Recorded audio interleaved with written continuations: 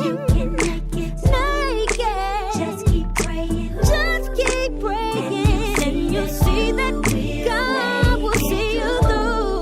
Keep your head up. Keep your head up. Don't you give up. Don't you give up. And you'll see that God will bring. Make a song Those that sort of really know me know that I believe in giving back to people. I'm very big on that. Do everybody's head in when I talk about giving back to communities, to people. And I talk a lot about journey. I do talk about life being a journey, about my life being a journey. Anytime I talk about my life, I always refer to the journey. And I think the journey is important because it's sort of, your journey maps where you become, who you will become, where you will end up. I've had a lot of challenges in my life, and I've also been blessed with opportunity. And I'll say I've been blessed with both really. I think I've been blessed with challenge and I've been blessed with opportunity. If you'd asked me at the time when I was going through challenge, was it a blessing? I'll tell you, I don't think it was a blessing. Some of it, I don't think anybody should have had to have gone through. I just wouldn't have wanted it. I left home at 16 and I lived in hostels, and I saw many things through my years of living in hostels. One of the things I remember me and my friend fighting over 50p because it was the last 50 pence we had. And at the time when I was naughty, I wanted to buy a single cigarette and she wanted to buy a bottle of pop, and it was like the end of the world for us. But it was a struggle that we went through. So now when it comes to my money, now that I have got a job and I earn great money, I earn an alright wage, it's sort of, I appreciate the money that I have got more than what I did before. I had my son at 19, so I was your teen mum. Not only was I a teen mum, I became a single mum within, 10 weeks of having him. I've been through domestic violence, emotional, physical, all those kind of range of things that people go through. So on the scale of it, I went out with somebody who had an addiction to drugs, Class A drugs, so I went through cold turkey and all that kind of stuff. So when it comes to what society calls dysfunctional, I tick a lot of the criteria boxes for what would be dysfunctional living. But through that, I decided to, through my journey, I made different decisions throughout my life. And I think there was 5 decisions that I thought were very important and made a massive difference to my life and changed my life completely. So what I'm going to do is I'm going to go through each one of those 5 decisions that I made in the journey of my life. The first decision was not to just be a stay-at-home single mum, it was to be a working mum. At the time when I was living in Lee Bank at the time, I did a lot of voluntary work. It was about giving back to the community, but a lot of it was for me. It was about raising the self-esteem, getting back out there, building skills and stuff. So I realised then that very quite quickly that what you put in unselfishly, sometimes you get a lot more back, and that's what happened with me. I got so much more back from the voluntary work. I did work experience at the housing office, and then within 3 months later I was offered a job in housing, had no admin experience, dyslexic to the point of I'm dyslexic. I didn't learn my alphabet until I was 21.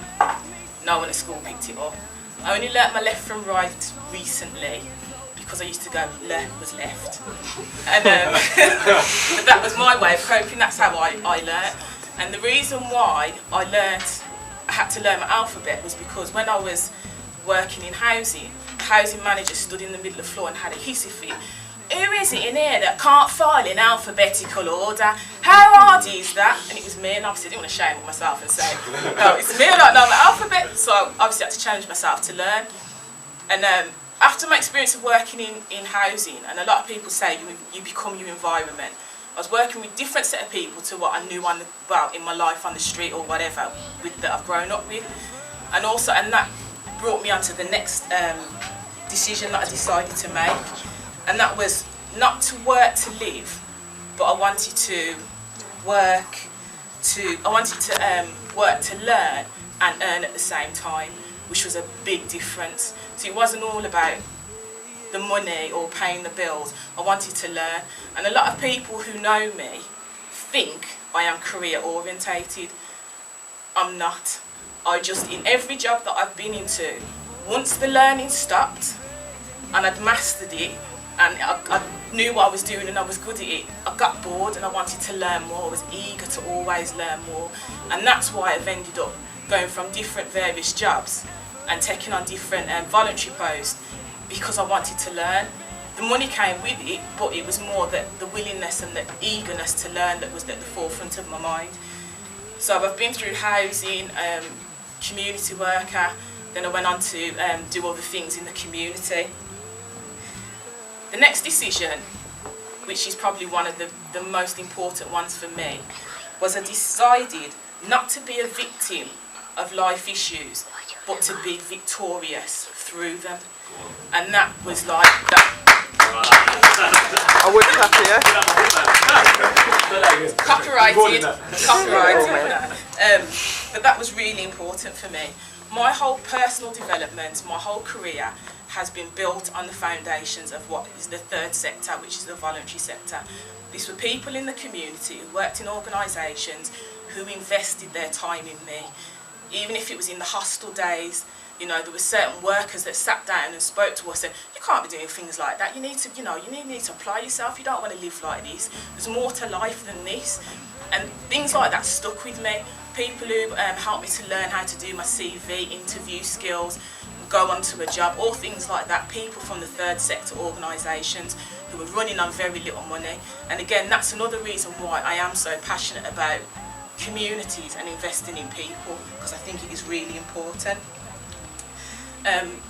The other thing about not being a victim is that now, and funny enough, I'm really nervous about talking here, I don't know why, but now I do talk in different places about some of the things that I've been through.